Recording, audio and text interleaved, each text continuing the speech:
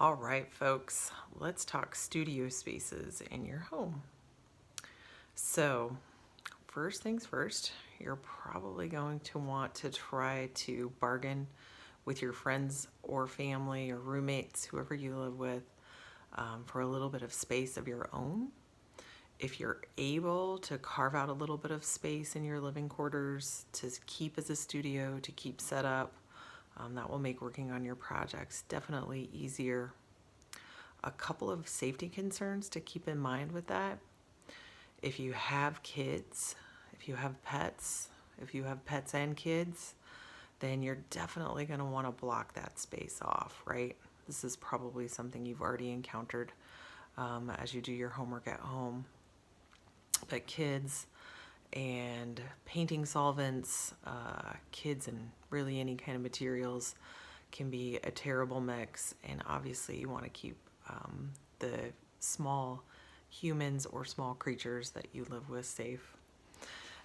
The other thing you want to consider if you're working at home as a painter and you're working with any kind of solvents, Turpenoid, you definitely want to keep your space ventilated. So just crack a window.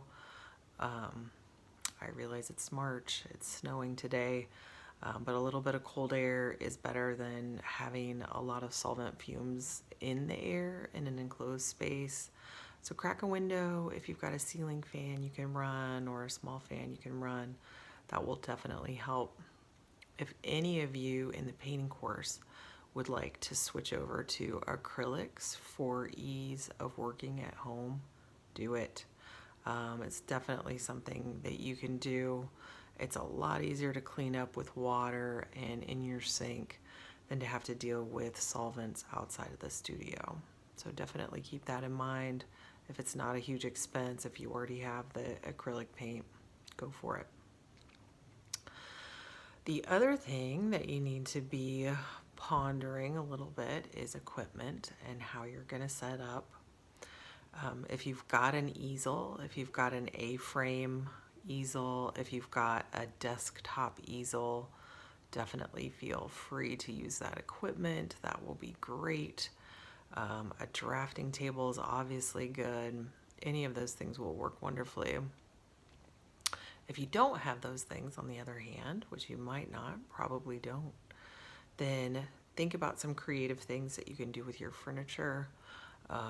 If you've got a shallow table or desk and you can push it against the wall and then lean and prop a canvas or lean and prop a drawing board against that, those can definitely be some strategies that you can utilize.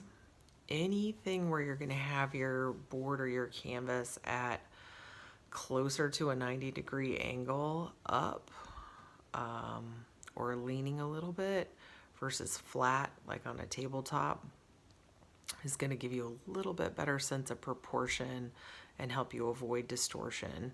So I'd try to hack out a way to be able to do that if you can.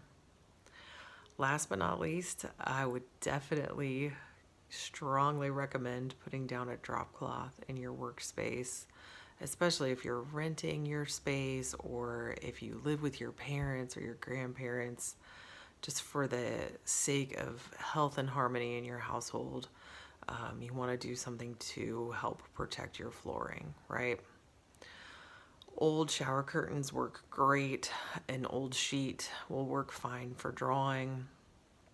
If you're a painting student, you do probably need something that has some plastic backing, because your paint can very easily soak and drip through any kind of just fabric drop cloth situation.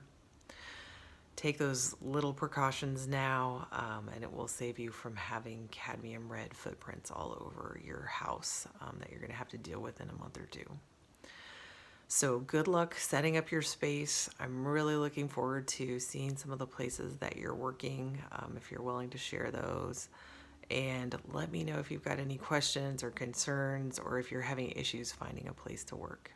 Thanks.